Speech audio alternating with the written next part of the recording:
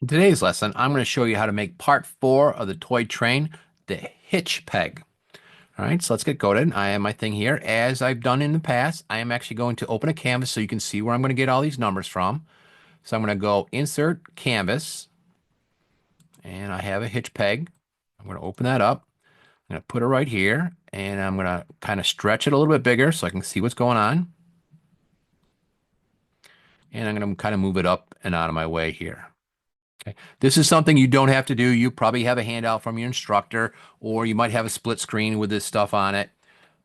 So this is just something for me so you can see where I'm getting the numbers from. So let's get started. As always, we're going to start with a new sketch.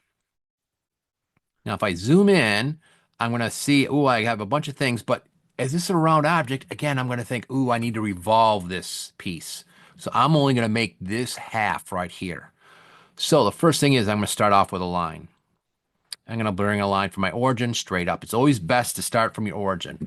Now, this is going to be the height of my peg, so it's 0.625. So I'm going to put that dimension in. So we'll go dimension here, 0.65. All right, now kind of like the smokestack, I'm going to start off here at the bottom. I'm going to put this little piece in, but it shows me my diameter is 0.25, so I only want half of that. So I'm going to come down here, my origin, bring it over. And I only want half, so 0.25. I'm going to let the computer do the work. So I'm going to say divide by 2. All right, so 0.125. I'm just going to bring this down so it's not in my way.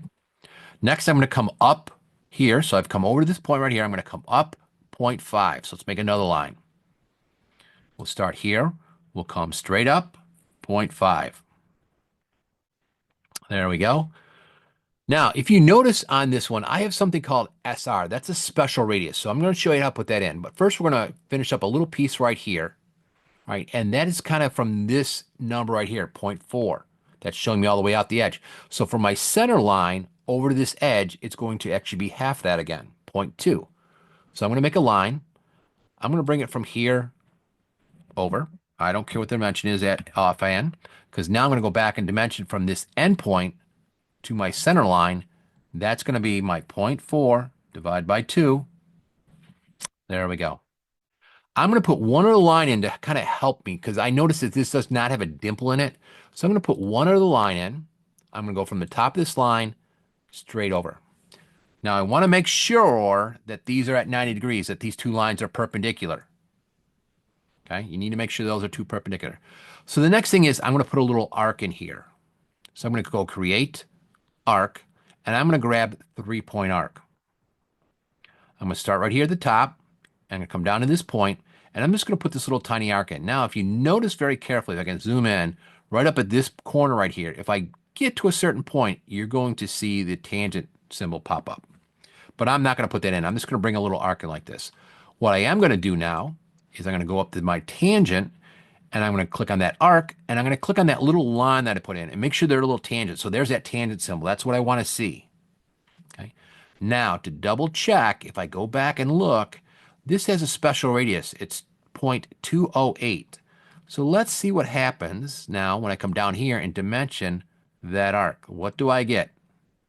Created driven, 0.208. So everything's looking really good. Next, I'm going to finish my sketch. I'm going to go to my revolve command.